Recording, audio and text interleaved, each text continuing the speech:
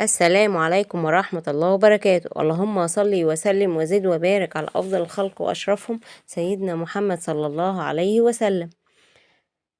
حطيت العدس بقى في مية وخمرته من الصبح بدري، وحطيت الحمص في مية وخمراه عشان هنعمل ايه يا بنات؟ النهاردة هنعمل الكشري المصري الأصيل. بصي بقى يا بنات، أنا بعمل ايه؟ البصل. لو البصل بيخليكي تدمعي شوية اغسليه تحت المية. لو غسلتيه كويس تحت المية مش هيديكي ان انتي تدمعي وانتي بتعمليه. اللهم صل وسلم وزد وبارك على افضل الخلق واشرفهم سيدنا محمد صلى الله عليه وسلم. انا فتحته بقى كده، وهناخد تلات بصلات ونشيل واحدة على جنب. هقول لكم هنعمل بيها ايه بعدين، بس استنوا عليا، سيبوها على جنب. وهنقعد بقى ايه، هنخرط بقى البصل، 3 بصلات دول حلقات في المصفى الجميلة الصغيرة دي. المصفى دي هتشقى معانا كتير في الفيديو ده، بس تمام. قطع حلقات حلقات حلقات، وايه، وبعد ما يتقطع حلقات هنحط عليه نشا وفيجيتار. بجد هيخليه كريسبي كريسبي كريسبي تحفة. اهم حاجة تحطيه في زيت سخن عشان يطش كده طشة جامدة كده اهو. خليته واحدة زي ما انا قلتلكوا اهو، شفتوا؟ بنبهكوا انا عاملة 4، عملنا 3 وسيبنا ايه، واحدة اهو. الفيجيتار او ايه، خلطة الدجاج. انا لقيت الكيس ده عندي تمام شغال حلو مش وحش. والنشا، ودعكيهم كويس جدا جدا جدا في بعض عشان مية البصل تمسك ايه في النشا قوي بقى. ادعكي ادعكي يا بت، ادعكي في اي حاجة هرياكي كده، ادعكي. اللهم صل وسلم وزد وبارك على أفضل الخلق وأشرفهم سيدنا محمد صلى الله عليه وسلم. عايزين نرحب بالناس الجديدة بقى الجميلة القمر، اللي من الهند. احنا وصلنا الهند يا بنات خلاص، كل ده بفضلكم. شرف ليا اني كتبتيلي كومنت عسل زيك. نخش بقى في الروتين بتاعنا، الكشري الأصيل الجامد. الزيت عندي في التلاجة، اسكت ولا اسيبه؟ لا لا لا، ما سيبوش، يلا نقوم نستخدمه. ايه المشكلة؟ مش هيقول لا. حطيت بصلاية صغنونة عشان اشوف الزيت لما يقدح. يقدح يعني يغلي كده، شايفينه؟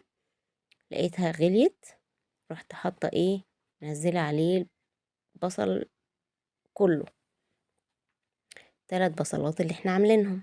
تمام كده، تمام كده، لغاية كده كده تمام تمام. يلا، لسه الكشري فيه حبة تركات عملتها تحفة، وهتعجبك لو عملتيها.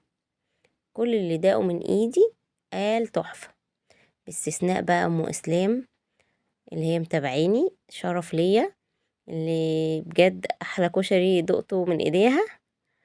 الاجازة جاية وهنقعد مع بعض كتير. اللهم صل وسلم وزد وبارك على افضل الخلق واشرفهم سيدنا محمد صلى الله عليه وسلم. انا بقى حطيت الحمص وحطيته يغلي بقى على النار الاول. صفيت المية اللي انا كنت ايه نقعاه فيها عشان ما تعملش غازات.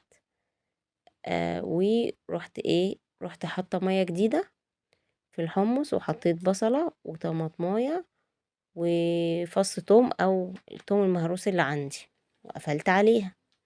تاني حاجه عايزه اقول لكم، انا بدات اول حاجه بيه واخر حاجه هنهي بيه برضه الحمص. يلا خير. العدس بقى حطيته على النار برضو، غيرت المية بتاعته. وبعد ما غيرت المية بتاعته عملت ايه، حطيت مية جديدة ورحت حطاه على النار. ال4 عيون النهاردة هيشتغلوا. البصل كان تمام، صفيته وتمام شلته.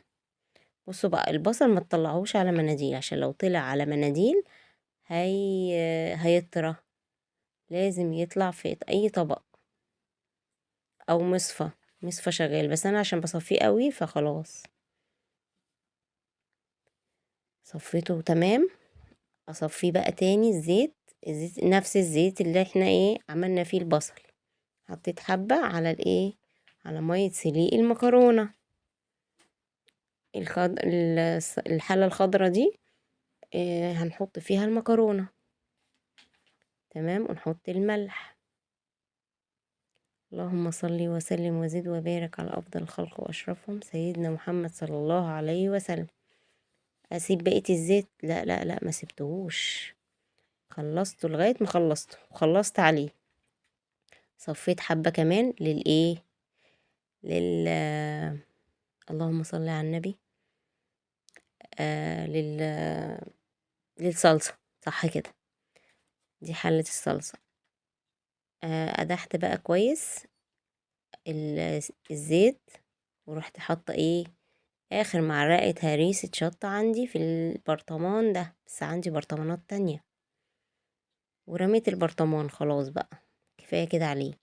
والبرطمان ده بتاع شطار، انتوا شطار عسلات عارفين، بتاع التوم. ورحت فاكرين البصلاية اللي احنا كنا شايلينها على جنب، دي كزبرة ناشفة. البصلاية قطعت نصها فين؟ في حمص الشام، والنص التاني هقطع ربعه في الحلة دي للايه للصلصة، والربع التاني شايلينه على جنب، لسه اصبروا معايا، هنعمل بيه حاجة جميلة. طلعت كيس الصلصة وتمام، حطيته على النار وسبتها. نرجع تاني للعدس. ها استوى؟ لسه، سبته شوية وقعد شوية، لقيته استوى. نحط عليه نحط عليه، وهي المية بقى بتاعته دي نضيفة، نحط عليه نفس المية بتاعته يا بنات اللي انا سلقته فيها، نحط عليه الرز، بس قبل الرز هحط عليه حبة زيت. صفيت بقى الزيت كله، نحط الرز. حطيت حبة زيت عليه ليه يا بنات؟ عشان ما يعجنش مع الرز، يعني يدي فاصل بين الرز والعدسية، هتشوفوا في الاخر. بعدين رحت حاطه نازله عليه بالميه. بحب العين التانية دي صغيرة للرز، لسه التركات جاية جامدة للرز. قلب قلب قلب قلب. احط بقى؟ هنعمل في الطاسة دي، شطفتها كويس وكده، وجيت هنعمل فيها هنحط فيها حبة زيت. وفاكرين الربع بصلاية اللي على جنب، هي دي تركاية جامدة بقى. هنقطع ربع البصلاية اللي على جنب، هنقطعها حتت صغنونة عشان ما تبانش في الرز، صغنونة اوي اوي اوي اوي اوي. قطعي قطعي قطعي، لازم تحس الحاجة كده، انا بحب احس الحاجة وانا بعملها عشان احسس بناتي بحبي ليهم، هم حاسين طبعا. لا بجد بحب امسك الحاجة بايدي كده واتعامل بيها، وبتبقى اسهل برضو. هوب هوب هوب، اتحمرت. قبل ما تتحمر سيكة نسقط عليها الشعرية. لا لا لا لا، انتوا بتعملوا احسن مني اكيد. ايوه الشعرية. خلاص يا ستي، ما احنا شايفين، احنا بنعرف نقرا يا ستي. اللهم صل وسلم وزد وبارك على افضل الخلق واشرفهم سيدنا محمد صلى الله عليه وسلم. قلب قلب قلب قلب لغاية ما تتحمر كده تمام. احنا بنحمر في الطاسة اللي عملنا فيها البصل قبل كده، ما تروحوش مني في حتة تانية. لسه الرز كمان على النار بنار هادية. شايفين شايفين شايفين بقى التركاية دي؟ هوب انزل، انزل عليه. بجد هتاكلي حبة رز معتبرة من غير ما تاكلي معاه اي حاجة. بس كده، قلب قلب قلب قلب. لسه عايز مية تاني. حطيت الاول ملح، وبعد الملح مرقة الدجاج. هنحط على الرز مرقة دجاج. حطي وما يهمكيش، ما تخافيش. بعد مرقة الدجاج ايه، والله هتدعيلي لو عملتي الخلطة دي. الكمون. الكمون ده عامل اساسي معانا، هيمشي معانا في كل حاجة. قلبي بقى، قلبي قلبي كويس كويس. لازم بقى ايه، الرز مع العدس لازم تديله مساحة مية شوية اكتر من الايه، من الرز الصافي. شفتوا كده؟ تمام كده. هوب ستوب. خلص ايه. لا صحيح، ما ينفعش رز من غير شياطة. ايوه لازم احط الشياطة بتاعتي. لا عادي ينفع على فكرة يا بنات، بس انا عشان بحبه بالشياطة بتاعتي. بعرف توازنه، وبعرف يخلص امتى وكده يعني. ونغطي عليه ونسيبه بقى، ونخش ونركز في حاجة تانية. هنعمل ايه؟ المية بتاعت المكرونة غليت. نسكت؟ لا ما نسكتش. عندي كيس الملكة بتاع المكرونة الفرن دي، حطيت ربع، حوالي ربع يعني. وبصوا بقى، هستنى بقى اما المية تدي غلوة. ايوه هقلب وادي ايه، تدي غلوة. بعديها هحط ايه، الخواتم، ربع برضه. حبة صغننين، احنا صغننين. واستنى برضو لما تقلب قلبة. تقلب قلبة يعني ايه، تهب، تغلي جلوة سنت سيكة يعني. حتى هشاور لكم بصباعي ده، انا هعمل البدع في الفيديو ده، بس اصبروا. بصوا، قال يعني هم سامعين يا بنتي اهدي. حطيت ربعه بقى، ربع الايه، المعوجة دي. ايه كل المكرونات دي لسه لسه لسه لسه في الاسباجيتي. هستنى بقى تاخد غلوة تاني. ها، اقلبي قلبة. مش راضية تقلب، اقلبي يا بنتي. مش راضية تقلب. نعمل ايه، نحط المكرونة اهي. شاطرة. اللهم صل وسلم وزد وبارك على أفضل الخلق وأشرفهم سيدنا محمد صلى الله عليه وسلم. هوب هوب هوب هوب. كان عندي يجي نص كيس كده، رحت قايلة احطه بقى كله، عشان ما بعملش المكرونة دي كتير أصلا، مع إني بنوتي بتحبها بس أنا مش بعملها كتير. قلب قلب قلب. تتساب المكرونة شوية. هنيجي بقى نبص على الحمص. أيوة، بص على الحمص هنلاقيه لسه. هنسيبه تاني. ده فضل معايا من اول بتاع لاخره. واقعد ساكته يا بنتي، تقعدي ساكته. اخرجي اقعدي لك بره كده، ولا اتفرجي لك على حاجه. لا لا لا لا، اخرج. يرضيكوا نونو تخرج وتسيب المطبخ بتاعها كده؟ ما ينفعش. شمري يا بت وخلصي. جيت عشان اشمر واخلص حبه المواعين، لقيت المكرونه خلاص. اسكت؟ مسكتش. رحت ايه، مطلعاها. شايفين الجمال؟ شايفين المكرونة مفلفلة ازاي؟ يا لهوي على الجمال. اللهم صل وسلم وزد وبارك على افضل الخلق واشرفهم سيدنا محمد صلى الله عليه وسلم. بصوا بقى، نحط على الصلصة معلقة خل. الصلصة دي تاني انا حاطة فيها سكر، انتي طالما مش مخزناها حطي معلقة سكر انا حاطه في الصلصه اللي عندي متخزنه كلها معلقه سكر، فعشان كده انا ما بحطش، لو مش مخزناها هحط، عشان انا عارفه ان انا حاطه فيها معلقه السكر، عشان ما تعملش بس ايه لو كلتيها ولا حاجه وصمتي بكره حاجه تعملكيش ايه صدرك عليه حمو كده. حطيت ايه بقى، حته صلصه من اللي انا كنت مطلعاها، مش هتحمر قوي، رحت مطلعه كيس الصلصه وخدت منه حته بسيطه عشان تحمر لي ايه حمص الشام. هتعملي حمص الشام، هعمل حمص الشام مع الايه مع الكشري. بصوا بصوا بصوا بصوا، اللهم صل وسلم وزد وبارك على افضل الخلق واشرفهم سيدنا محمد صلى الله عليه وسلم. ايه يا بنت الجمال ده، شفتوا الرز تحفة خلص، ادي اول حاجة.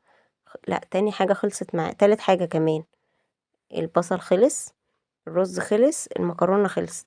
بنوتي كانت عايزة تاكل، رحت غرفلها بوريكوا بقى، بصوا كل حاجة جميلة ومفلفلة ومستوية، بجد كان طعمه والصلصة كمان خلصت. رحت حاطه لها، هي بقى بتحب الرز ده، الرز ده فيه كذا حاجة، والمكرونة، وبتحب الصلصة بس، ولا بتحب الحمص ولا بتحب الايه ال- البصل. فتمام، فكل حاجة بتاعتها خلصت، فما ادهاش ليه، اديتها طبق. اشوف الحمص، ايه يا عم مش هتخلص ولا ايه؟ لا كده خلص. نحط ايه بقى، نحط مرقة الدجاج. حطي على الحمص مرقة دجاج تحفة، والملح والكمون. وفي تركاية بقى أخيرة، تحطي عليه معلقة خل، هتاخدي أحلى حمص شام تقضي في حياتك. جربي وقوليلي. اللهم صل وسلم وزد وبارك على أفضل الخلق وأشرفهم سيدنا محمد صلى الله عليه وسلم. الكمون اهو تمام كده خلص. غرفت بقى ليا طبق، انا بحب الحمص كتير والبصل كتير، ده طبقي، الطبق بتاعي ده انا طبقي، هاكل طبق بس؟ لا لا لا لا. رحت عامله لي ايه، كوبايه حمص شام، مسكتش انا، عشان بعديها هنشرب القهوه. وبعد كده بص بص بص جماله يا جماله، شايفين حمص الشام تحفه. يلا تعالوا اشربوا معايا بقى. شفتوا الليمونه، حطيت ليمون وحطيت شطه على الحمص وشطه برضو على الكشري. اللهم صل وسلم وزد وبارك على أفضل الخلق وأشرفهم سيدنا محمد صلى الله عليه وسلم. أسكت؟ لا أنا أكلت الأول صراحة وشربت، ظبطت نفسي، وبعدين قلت إيه أخش أعمل معاكم المطبخ، البوتاجاز بقى. البوتاجاز أدعك أدعك أدعك، مش عاجبني اللمعة بتاعته. أسكت؟ مش هسكت، اصبروا بس. ادعك ادعك ادعك، بقالك كتير ما عطرتهوش. هوريكوا قبل ما ارش وبعد ما رشيت. اللهم صل وسلم وزد وبارك على افضل الخلق واشرفهم سيدنا محمد صلى الله عليه وسلم. الاول لميت الرز بالحته دي، بالسلكه، رميت يعني لميت الحاجه اللي وقعت عليه بقى، اكيد وقعت بقى في البتاع بدل عشان ما تجيش على السجاده وتبقعها، المها بيها. ايوه بصوا لميتها كده تمام، ورحت ايه حطاها في الباسكت، ورحت دعكه بقى، ادي ادعك ادعك ادعك. بجد يا بنات المنظف في بدأ تحفة، منظف المواعين جميل، حلو فعلا. بصوا، لا مش عجباني اللمعة بتاعته. والله بجد يعني انا مش عارفة، هي الكاميرا مش مبينة كمان، بس انا ما عجبتنيش اللمعة بتاعة البوتاجاز. اسكت؟ لا ما اسكتش. اسكت؟ لا ما اسكتش. رحت عاملة ايه؟ جايبة منظف الزجاج ورحت رش. الاول شطفت ده لغاية ما ينشف صح.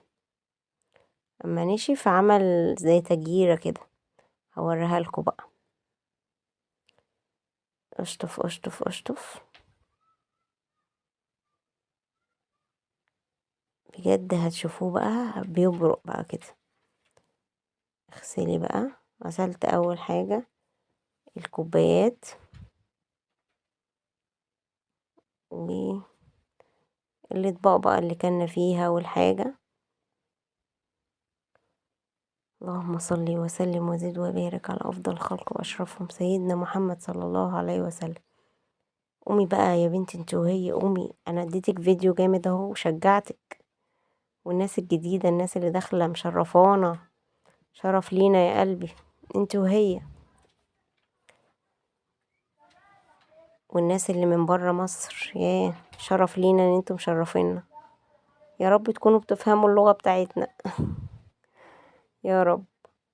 اللهم صل وسلم وزد وبارك على افضل الخلق واشرفهم سيدنا محمد صلى الله عليه وسلم. يلا لو وراكي حاجة خليني جنبك كده وشغليني، وقومي يلا اتنشطي، وخلي حوضك مفيهوش حاجة زي حوضي كده. اول باول هتخلصي نفسك وتخلصي وهترتاحي. بجد راحة. يعني هترتاحي بقى، تشربي لك حاجة، تعملي لك حاجة، هتتشجعي ان انت تعملي حاجة.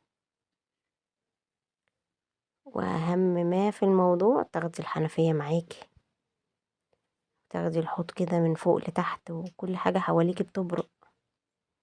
بصوا بقى، انا اهم ما من ان انا اغسله امسحه. ما بطيقش ما بطيقش بجد، اهم من ان انا اغسل الحوض لازم امسحه من فوق حتى على الاقل. بصوا. تمام. اهو بصوا بقى هوريكم، بصوا عمل ازاي، جاير ازاي.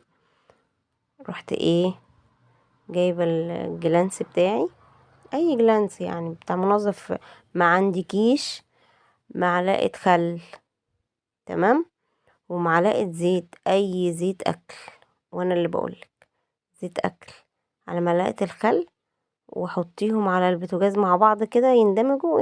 ادمجيهم، مش هيندمجوا يعني، بس ايه، وروحي ماشيه بالايه بالحته، هتلاقيه احسن من اللي انا عملته بمنظف الزجاج بجد.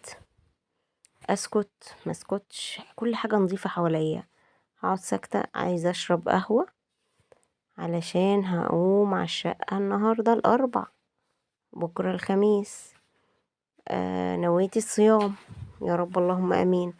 يا رب يكملني على خير ان شاء الله. مين صايم بقى؟ مين بدأ الصيام كده وبيصوم اتنين وخميس؟ عايزين نشجع بعض، اكتبولي في الكومنتات كده. يلا نشجع بعض على الصيام.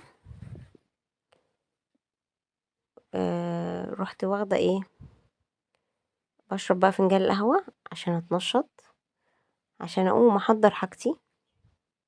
عايزة اقول لكم انا مسحت الشقة كلها، الحتت اللي باينة يعني. الاول صليت الورد بتاعي وقعدت في الايه، في احلى حتة انا بحبها. لا صليت صليت ايه، العصر. صليت العصر وقعدت شوية، وبعدين ايه، قلت قومي بقى حضر بقى ايه. حضرت الاول الغسيل اللي انا هغسله بكرة ان شاء الله بإذن الله. مش مشكلة بقى، هغسله وانا صايمة مفيش مشكلة. ورحت ايه شايلة الحتت الصغيرة والمشايات وكل ايه، كل حاجة صغيرة كده تقدر تتشال وتتنفض وترجع تاني، فاهمني. لازم اسيب كل حاجة حواليا نظيفة، علشان انا لو ما عملتش كده كل حاجة هتتساب مني، فهلاقي الدنيا اتكركبت عليا فجأة. اكيد انتوا اشطر مني وفاهميني. رحت ماسكة بقى الشقة كلها بالمكنسة، ومسكت السلم، ومسكت ايه قدام الباب، الباب بتاع الشقة بس، منزلتش تحت. وادي ادعكي بقى ادعكي. دي كانت شعراية ونزلت جبتها بايدي، ورحت حطاها اهي، حطيتها في المكنسة. ادعك ادعك ادعك. وبعد ما دعكت عملت بايه، عملت بالشرشوبة الحتت اللي باينة من السيراميك اول باول كده.